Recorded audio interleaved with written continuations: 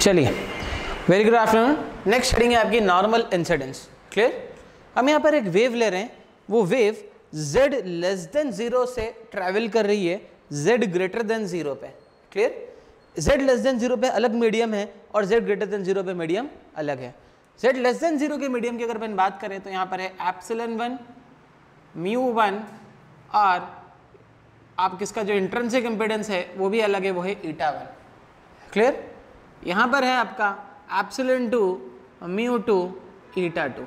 Even conductivity भी अलग है, सिग्मा 1 एंड सिग्मा 2। क्लियर। अगर वेव इस मीडियम से यहाँ पर आके ट्रैवल करेगी तो यहाँ पर दो चीज़ें होंगी। पहले वेव कुछ रिफ्लेक्ट होगी।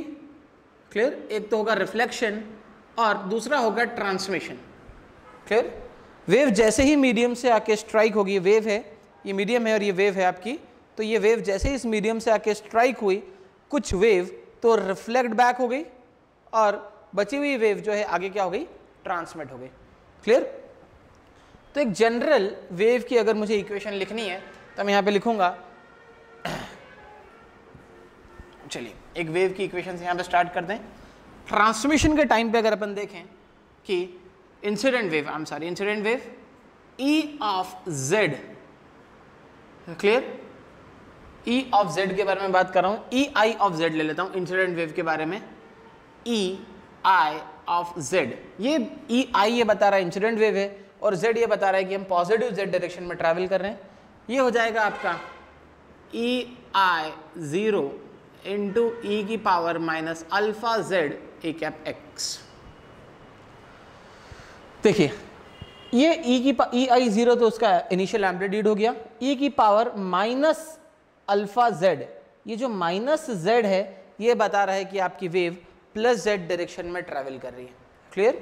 और ये जो ए कैप एक्स ये बता रहा है कि आपकी इलेक्ट्रिक फील्ड जो है वो प्लस ए कैप एक्स डायरेक्शन में है। क्लियर। यानी कि वेव आपकी ये रही बाउंड्री और अब ये रही वेव।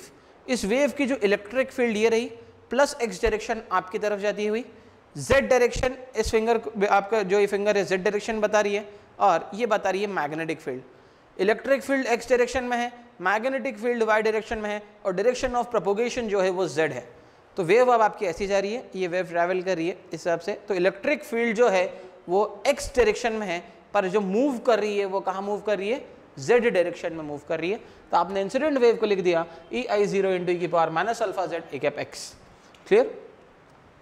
सिमिलरली आप इंसिडेंट मैग्नेटिक फील्ड को भी लिख सकते हैं, HI of Z is equals to EI of 0 upon eta 1 into E की power minus alpha Z a cap y. Clear. H incident जो मैग्नेटिक फील्ड है वो y डायरेक्शन में है, मैंने अभी क्लियर करा था। अगर बाउंड्री है तो electric field direction of propagation and magnetic field, your magnetic field is in y direction. तो वेव को जिस तरीके से ट्रैवल कर रही है और ये आइडेंटिटी हमको पता है, eta is equals to E by H, eta is equals to E by H. तो ऐसे h की वैल्यू हमने निकाल ली, h की वैल्यू हो जाएगी EI 0 अपॉन ईटा 1। ईटा 1 मतलब पहले वाले मीडियम का इंट्रिंसिक इम्पीडेंस। क्लियर। तो ये हो गई ट्रांसमिटेड वेव के बारे में। क्लियर। अब यहाँ पर हम बात करते हैं इसी मीडियम में रिफ्लेक्शन भी ऑकर होगा, तो अब हम बात करते हैं रिफ्लेक्टेड वेव के बारे में। चलिए, रिफ्लेक्टेड वेव की बात करने से पहले आप कुछ इसको विजुअलाइज करें वेव को, जो कि EMT में बहुत इंपॉर्टेंट है। ये रही मेरी बाउंड्री, ये रही आपकी electric field, magnetic field and direction of propagation. अगर वेव आ रही है और वेव जैसे ही बाउंड्री से टकराएगी वेव रिफ्लेक्ट होगी। तो आप देखिए वेव अब रिफ्लेक्ट हो रही है। तो आप देखिए रिफ्लेक्टेड वेव और transmitted wave, reflected wave, transmitted wave, इन दोनों में इलेक्ट्रिक फील्ड की डायरेक्शन चेंज नहीं हो रही है। सबसे पहली बात, इलेक्ट्रिक फील्ड इंसिडेंट के टाइम पे जिस डायरेक्शन में थी, रिफ्लेक्शन के टाइम में भी इलेक्ट्रिक फील्ड उसी डायरेक्शन में है। इलेक्ट्रिक फील्ड की डायरेक्शन चेंज नहीं हुई है। तो ER अभी भी Z डायरेक्शन में ही है, is equals to EI 0 into E की power gamma Z a cap x. यहाँ पर माइनस गामा Z लिखा था, ये इस बात को बता रहा था कि आपका जो वेव है वो प्लस Z डायरेक्शन में मूव कर रही है। यहाँ पर हमने प्लस गामा जेड लिखा है, इसका मतलब है जो इलेक्ट्रिक फील्ड है वो जो वेव है वो माइनस जेड डायरेक्शन में मूव कर रही है। और जैसा कि मैंने आपको बताया, भले ही आप वेव को ट्रांसमिट कर रहे हैं या आप वेव को रिफ्लेक्ट बैक कर रहे हैं, इलेक्ट्रिक फील्ड की डायरेक्शन चेंज नहीं हो रही है, इलेक्ट्रिक फील्ड अभी भी उसी डायरेक्शन में है। क्लियर? नेक्स्ट मैं रिफ्लेक्टेड मैग्नेटिक फील्ड लिखना चाह रहा हूं, तो रिफ्लेक्टेड मैग्नेटिक फील्ड हो जाएगी minus EI0 upon η1 first medium into e की power gamma Z a cap y. सबसे पहली बात आप देखिए माइनस साइन क्यों लगाई है। This is the magnetic field, ये ट्रांसमिशन के टाइम पर है प्लस ए कैप वाई डायरेक्शन में, जैसे ही रिफ्लेक्शन होगा, see this is the magnetic field, पहले प्लस वाई में थी अब वो हो गई है माइनस वाई में, तो अब ये रही आपकी माइनस वाई वाली फील्ड, तो मैंने इसलिए माइनस साइन लगा दी यहाँ पे, माइनस ए कैप वाई। और वेव पहले प्लस जेड डायरेक्शन में ट्रैवल कर रही थी, अब वेव जो है वो माइनस जेड डायरेक्शन में ट्रैवल कर रही है, इस वजह से आपने इसको लिख दिया गामा से। नेक्स्ट ट्रांसमिशन के बारे में मैं बात करना चाह रहा हूँ। Transmitted wave, I am sorry, this is incident wave. Transmitted wave जो होगी उसमें जो ई टी ऑफ z जो होगा वो हो जाएगा आपका ET0 इंटू ई की power minus gamma z, clear, a cap x, और एच टी ऑफ z हो जाएगा HT0 upon ET0 upon η2 into e की power minus gamma Z a cap y. Again nothing new, आपकी जो electric field आ रही है ये आपसे इससे टकरा गई, जो रिफ्लेक्शन होना था हुआ, बचा हुआ ट्रांसमिशन हुआ, तो ट्रांसमिशन भी इसी फॉर्म में होगा। इलेक्ट्रिक फील्ड अभी भी plus A cap x direction, plus A cap x direction, direction of propagation in again plus Z direction, तो प्लस जेड डायरेक्शन को रिप्रेजेंट करने के लिए हम माइनस जेड लिखते हैं, और ये रहा इसका मैग्नीट्यूड। क्लियर? अभी भी magnetic field plus y direction में है, तो magnetic field plus y direction, और वेव जो है वो प्लस जेड डायरेक्शन में जा रही है, माइनस जेड, पर दूसरे वाले मीडियम का इंट्रिंसिक इंपेडेंस बदल गया है, यहाँ पे हो गया है η2। क्लियर? चलिए यहाँ तक इसको रिजॉल्व करने के बाद अब हम बात करेंगे बाउंड्री कंडीशन को लेके।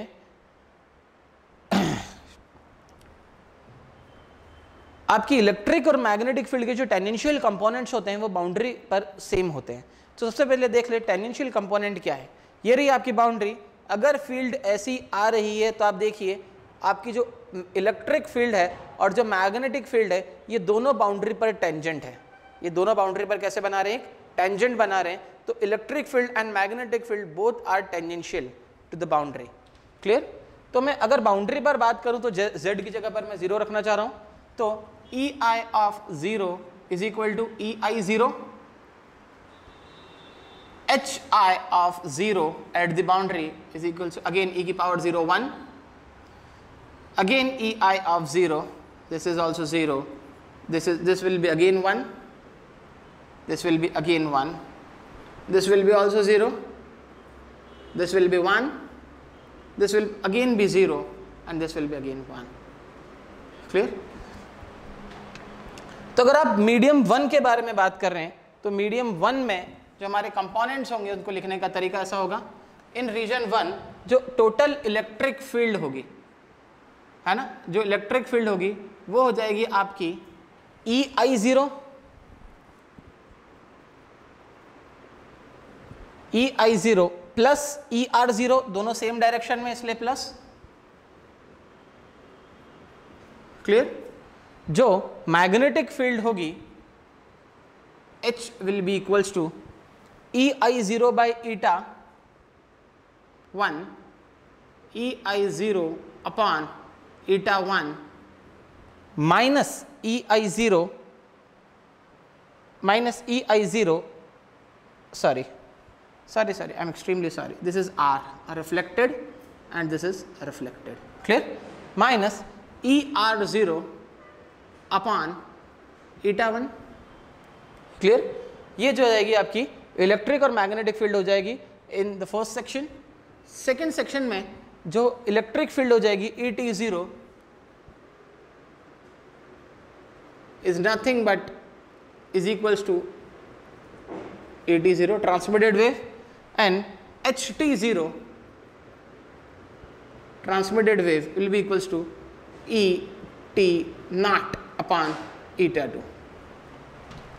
तो बाउंड्री कंडीशन के अकॉर्डिंग बाउंड्री पर आपके जो टेंजेंशियल कंपोनेंट होते हैं वो दोनों तरफ सेम होते हैं, यानी कि जो इधर वाली मीडियम 1 का जो इलेक्ट्रिक फील्ड का टेंजेंशियल कंपोनेंट होगा और जो मीडियम 2 का होगा वो दोनों बराबर होंगे। तो हम इक्वेट कर देते हैं। हम यहाँ से हमको मिलेगा EI0 plus ER0 is equals to ET0। Clear. Next अब हमको मिलेगा EI0 upon eta 1 minus ER0 upon eta 1 is equals to ET0 upon eta 2। Clear. 1 into,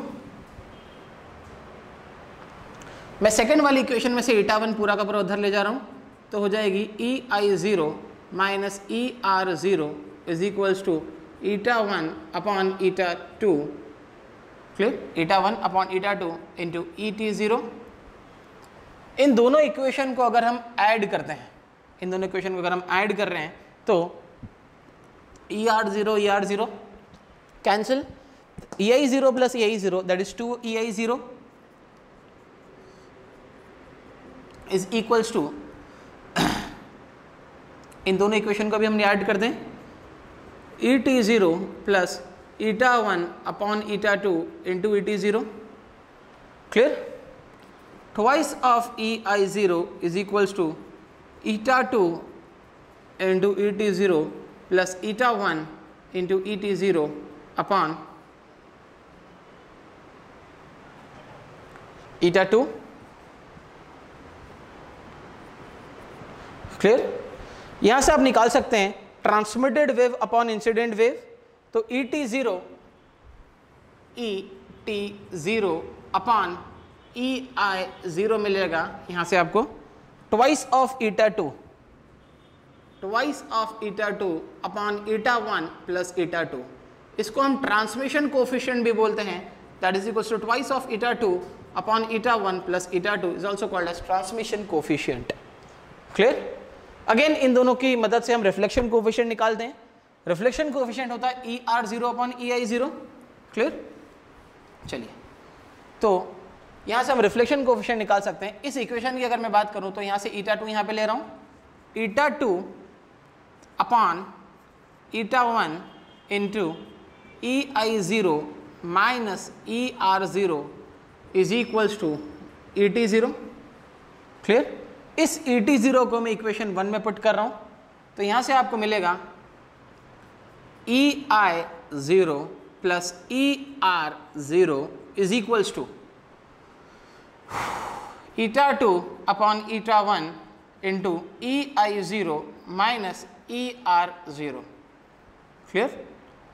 ईटा 1 यहां पे मल्टीप्लाई होगा और ईटा 2 इसके अंदर मल्टीप्लाई होगा, ये हो जाएगा eta 1 into EI0 plus eta 1 into ER0 is equals to eta 2 into EI0 minus eta 2 into ER0।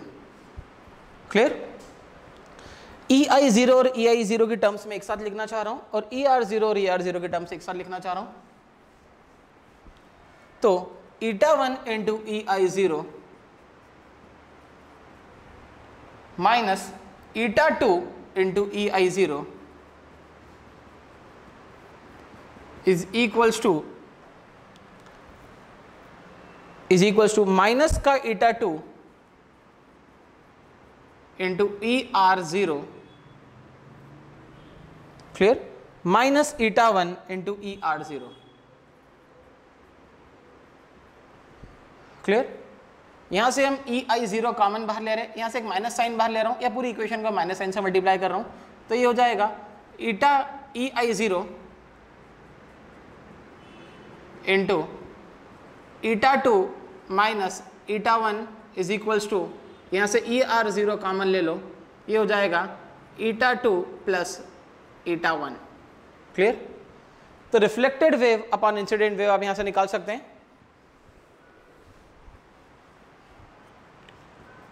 ER0 upon EI0, clear. तो ये हो जाएगा आपका eta2 minus eta1 upon eta2 plus eta1. This is called as reflection coefficient and sometimes it is referred also as gamma, eta2 minus eta1 upon eta2 plus eta1. Thank you.